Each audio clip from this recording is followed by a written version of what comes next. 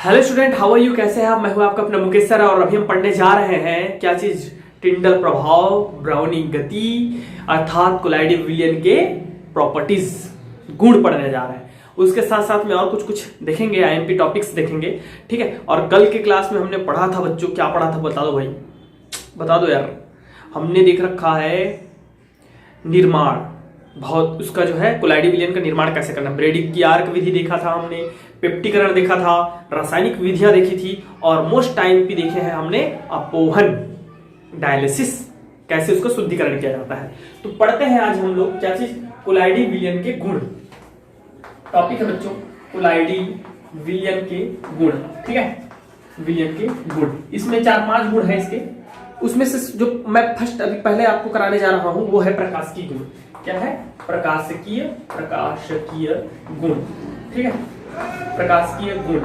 और इसमें आता है हमारा टिंडल प्रभाव। टिंडल प्रभाव याद रखिएगा, क्या चीज?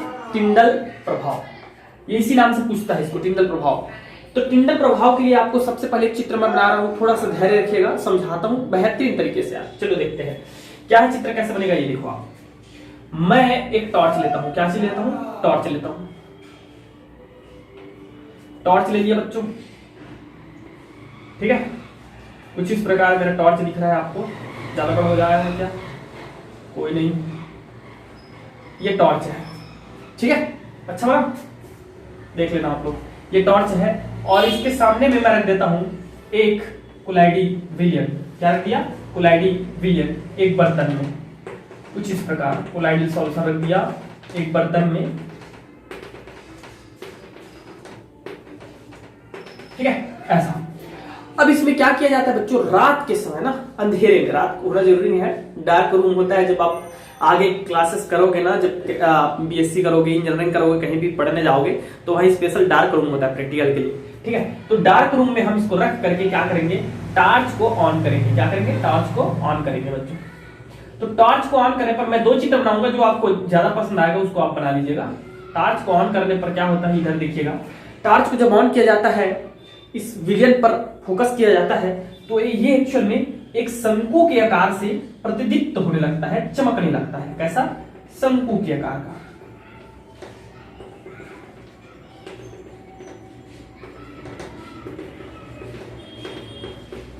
ऐसा दिख रहा है, थोड़ा तो दिख रहा होगा यार, ज्यादा नहीं, थोड़ा तो दिख रहा होगा।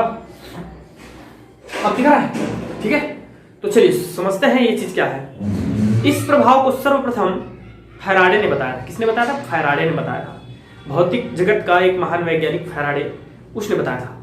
लेकिन इसको विस्तार पूर्वक वर्णन एग्जाम्पल के थ्रू, सब प्रूफ के थ्रू हमारे जो है टिंडल साहब ने बताया, ठीक है। और उसी के सम्मान में इसका नाम क्या रख दिया? टिंडल प्रभाव रखा गया है, ठीक है डियर स्टूडेंट। अब सुनिए होता क्या है।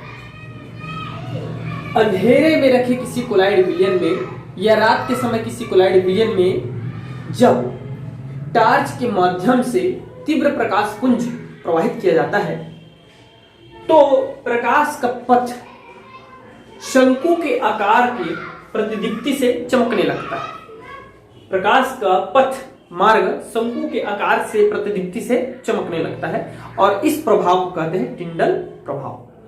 इतना बस लिखना है। और इसे सर्वप्रथम फैराडे ने बताया था, किंतु इसका विस्तार पूर्वक वर्णन टिंडल साहब ने किया, इसी कारण इसको टिंडल का प्रभाव कहते हैं। खत्म। इसका एग्जांपल है बच्चों, आप सब ने अब तो रियल लाइफ में देखे नहीं होंगे, मैं खुद नहीं देखा हूं तो आप पता नहीं आप देखे होंगे नहीं देखे होंगे। एक आध बार देखा होंगे प्रोजेक्टर में, ठीक है। आप लोग भी देखे होंगे, कई बार देखे होंगे आप, एक आध बार कौन बोले, प्रोजेक्टर आप लोग देखे होंगे, मूवी में देखते होंगे। मूवी में, ठीक है, जब पुराने समय की चीजों को दिखाया जाता है, मूवी के अंदर मूवी दिखाते हुए दिखाया जाता है तो उस टाइम क्या दिखाया जाता है कि प्रोजेक्टर लगा होता है एक छोटा सा, आज भी लगता है, प्रोजेक्टर होता है, देखेंगे होंगे, स्कूलों में लगना स्टार्ट हो गया अब तो प्रोजेक्टर। तो प्रोजेक्टर के लाइट से एक छोटा सा लेजर लाइट होता है, लेजर ऐसे छोटा सा लाइट होता है, वहां से एक बड़े पर्दे पर इसको क्या किया जाता है, प्रकाशित किया जाता है। कुछ इस प्रकार किया जाता है कि नहीं किया जाता है। तो इसका जो मार्ग है वो शंकु के आकार का दिखाई देता है। ये क्या चीज है? शंकु है ना भाई, शंकु। ये देखो जोकर का टोपी, हम बचपन में पढ़ा करते थे, शंकु क्या होता है? जोकर का टोपी होता है। तो ये कैसे दिख रहा है? जोकर का टोपी दिख रहा है। वो कैसे दिख रहा है? जोकर का टोपी दिख रहा है ना भाई। तो लेजर प्रोजेक्टर के द्वारा प्रोजेक्शन कैसे होता है? प्रोजेक्शन होता है बच्चों इस प्रकार, और इसमें फिर आपको जो चित्र दिखाना प्रारंभ हो जाता है। ठीक है, तो इसका मार्ग हमको कैसे दिखता है, शंकु के आकार। रीजन क्या है, ये जो मार्ग है पूरा ना कोलाइडी विलयन होता है। कोलाइडी विलयन कैसे हो गया सर, मार्ग कैसे उसका कोलाइडी विलयन हो गया, धूल धूल धूल। इसके मार्ग में वायु के साथ धूल भी रहता है बच्चों। तो धूल जो है, धूल के कण जब प्रकाश धूल के कणों पर पड़ती है तो उसका मार्ग हमको कैसा लगने लगता है, जैसे कि शंकु के आकार का दिखने लगता है। आप सब लोग देखे होंगे,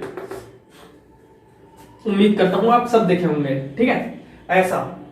तो ये एक उदाहरण है, जब प्रोजेक्टर के द्वारा कोई फिल्म या चित्र दिखाया जाता है तो उसका मार्ग शंकु के आकार का चमकने लगता है, क्योंकि उसके मार्ग में उपस्थित धूल के कण कोलाइडी विलयन की भांति व्यवहार करते हैं। याद रखिएगा, पहला एग्जांपल। दूसरा एग्जांपल है आकाश का नीला दिखाई देना और समुद्र का नीला दिखाई देना। यह भी किसके कारण होता है, टिंडल प्रभाव के कारण होता है। आपने कई और तरीके पढ़े होंगे, मैं खुद पढ़ाऊंगा फिजिक्स में, जब जाएंगे हम प्रकाशिकी पढ़ेंगे चैप्टर 8। ठीक है, तो वहां पर आपको खुद बताऊंगा। ठीक है, कि आकाश का रंग नीला क्यों दिखाई देता है, तो वहां हम अलग सिद्धांत पढ़ेंगे, अपवर्तन का सिद्धांत पढ़ेंगे। लेकिन यहां टिंडल का प्रभाव का सिद्धांत पढ़ रहे हैं, तो उसके अकॉर्डिंग भी हमारा समुद्र का नीला दिखाई देना और आकाश का नीला दिखाई देना भी टिंडल प्रभाव के कारण होता है। कई बार पूछा जाता है कि आकाश नीला क्यों दिखाई देता है, विस्तार पूर्वक वर्णन कीजिए। अगर केमिस्ट्री में आता है तो आपको टिंडल प्रभाव को पूरा बताना है और चित्र भी बनाना है। ठीक है, तो नीला इसलिए दिखाई देता है समुद्र का पानी, क्योंकि समुद्र के पानी में लवण होते हैं। ठीक है बच्चों, लवण होते हैं और वो घुला रहता है, तो एक कोलाइडी विलयन की भांति होता है। ठीक है, खारा होता है, थोड़ा सा कोलाइडी विलयन की भांति होता है, जिसके कारण आपका प्रकाश जब उस पर पड़ती है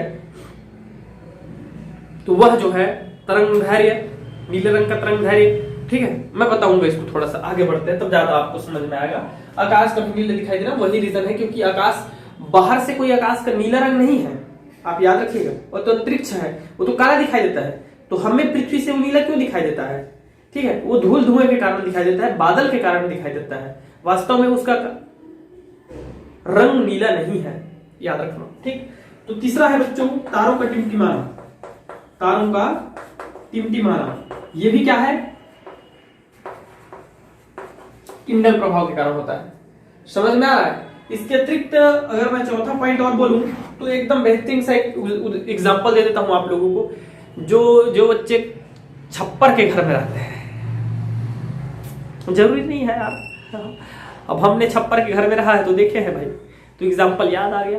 ठीक है, तो छप्पर में कहीं छोटा सा छेद हो जाता है। ठीक है, बंदर वहां से चले गए हैं, तो वहां से जो है प्रकाश आती है। तो प्रकाश आती है तो आप देखेंगे, जब इधर हम देखते हैं दूसरे क्षेत्र को, तो हमको ऐसा लगता है कि हमारा घर एकदम साफ सुथरा है, बिल्कुल भी धूल नहीं है। लेकिन जहां से प्रकाश आ रहा होता है वहां को जब देखते हैं तो हमको क्या लगता है, ऐसा लगता है जिसकी धूल ही धूल उड़ रहा है, धूल ही धूल उड़ रहा है। देखेंगे तो ताज्जुब लगता है, यार इतना धूल कहां से आ गया। समझ में आ रहा है।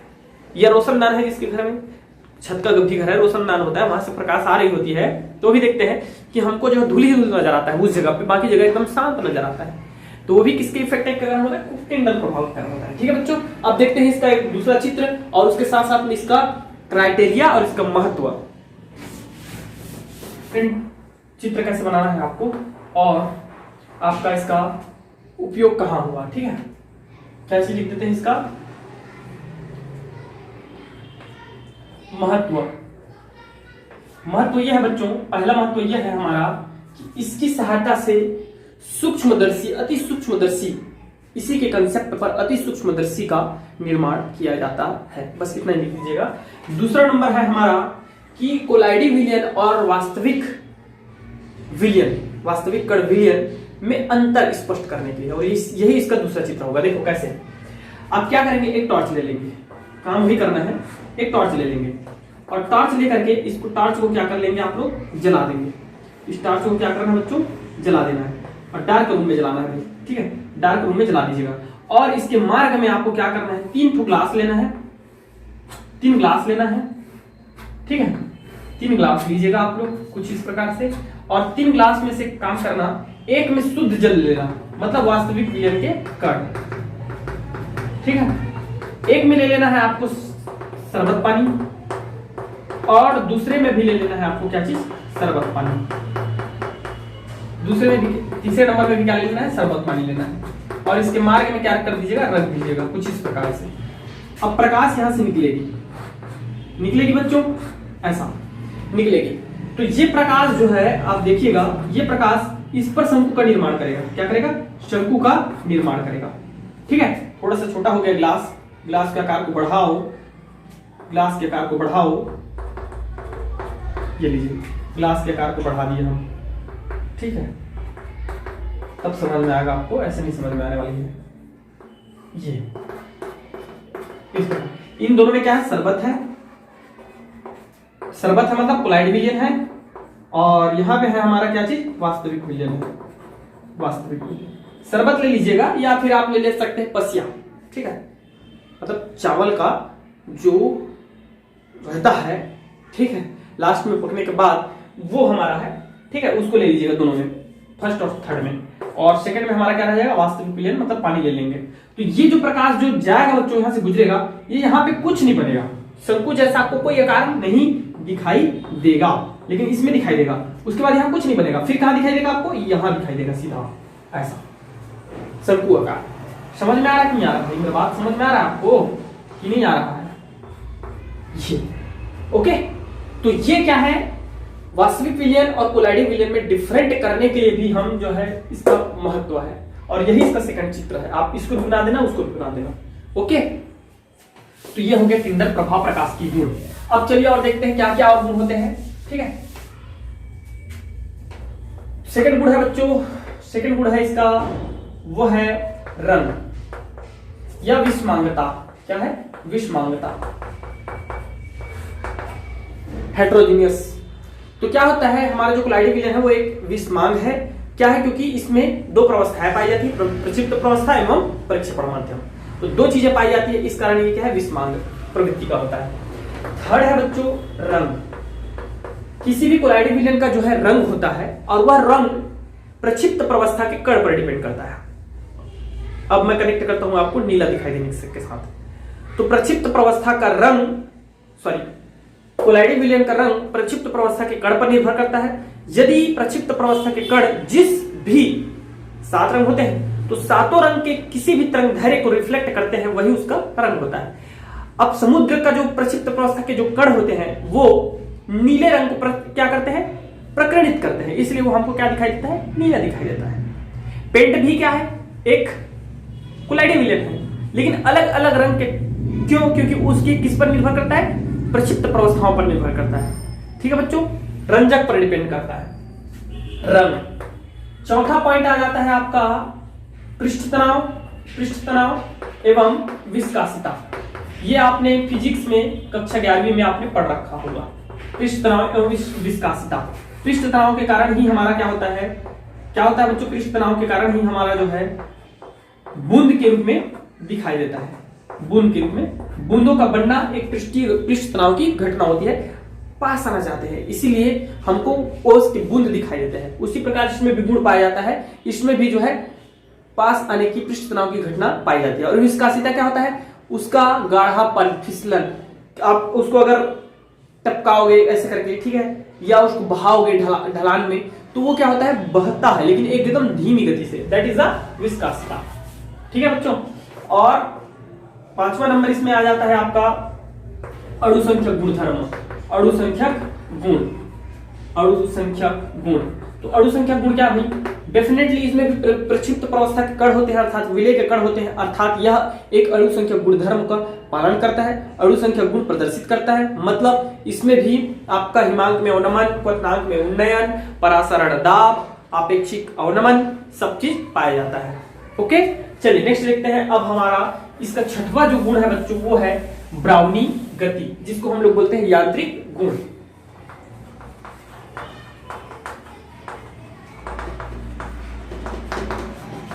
ब्राउनी गति, ब्राउनी गति। ओके स्टूडेंट, चलिए देखते हैं ब्राउनी गति क्या है। ये देखो भाई, ब्राउनी गति क्या होता है।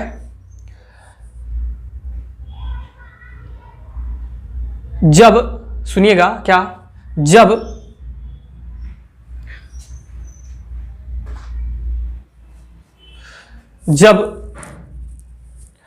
अति सूक्ष्मदर्शी से किसी कोलाइड विलयन का अध्ययन किया जाता है तो उससे यह पता चलता है कि कोलाइड कण स्थिर नहीं होते, अपितु टेढ़े मेढ़े पथ पे लगातार तीव्र गति कर रहे होते हैं, जिगजैग पथ में तीव्र गति कर रहे होते हैं।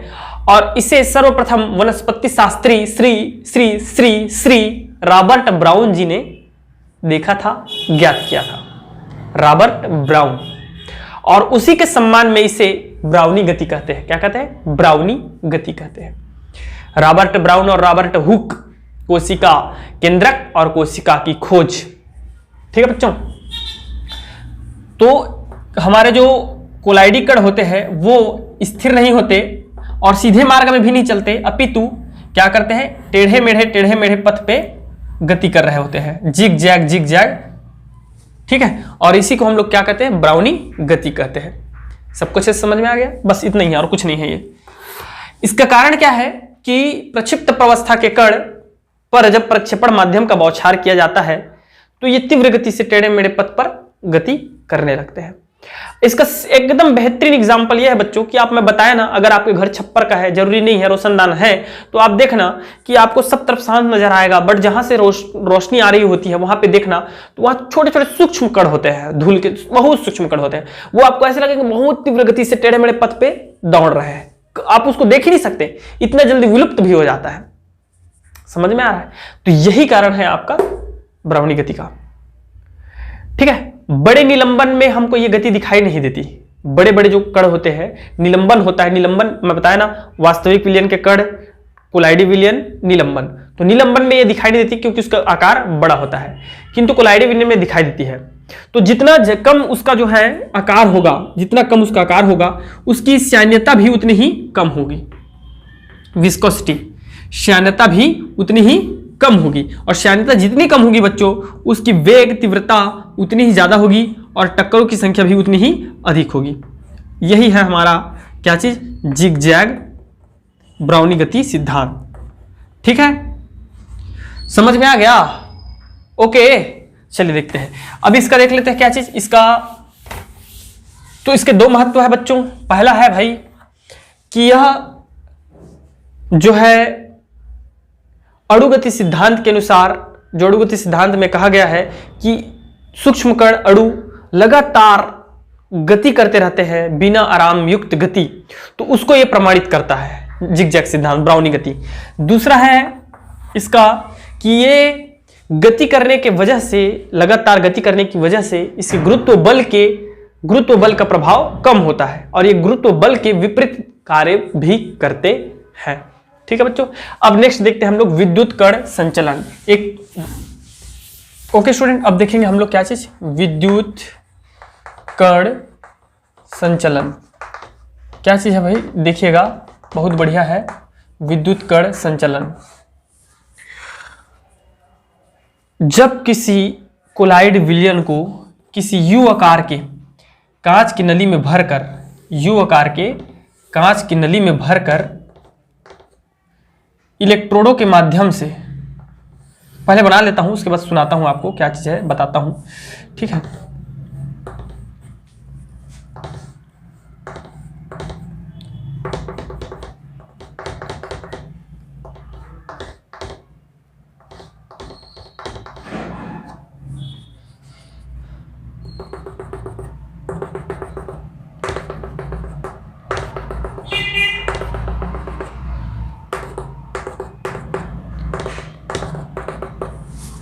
ओके स्टूडेंट, अब ये देखिए, सुन लीजिए पहले क्या चीज है विद्युत कण संचलन, क्या है उसको सुनो। जब किसी कोलाइड विलयन को यू आकार के कांच की नली में भरकर इलेक्ट्रोडों के माध्यम से विद्युत धारा प्रवाहित की जाती है तो प्रक्षिप्त प्रवस्था के कण, किसके कण? प्रक्षिप्त प्रवस्था के कण विपरीत आवेश वाले इलेक्ट्रोड की ओर चलने लगते हैं।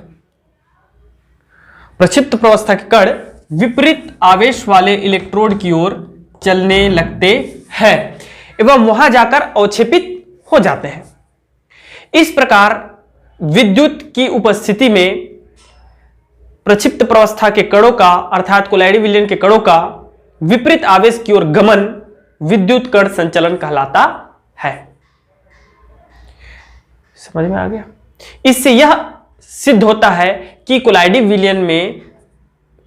विलयन आयन के रूप में होते हैं या उनमें आवेश पाया जाता है। समझ में आ गया बच्चों। एक्चुअल में होता क्या है, ये है हमारा एनोड, ठीक है, और ये है क्या है, कैथोड। तो कोलाइड विलयन को यू आकार की नली में, यू आकार के कांच की नली में, कांच की नली में, ठीक है, कोलाइडी विलयन को भर देते हैं। किस चीज को, कोलाइडी विलयन को भर देते हैं, ठीक है, और इलेक्ट्रोडों के माध्यम से हम क्या करते हैं, विद्युत धारा प्रवाहित करते हैं। तो ये कोलाइडी विलयन क्या करते हैं, जा करके विपरीत आवेश वाले इलेक्ट्रोड की ओर चलने लगते हैं। समझ में आ रहा है।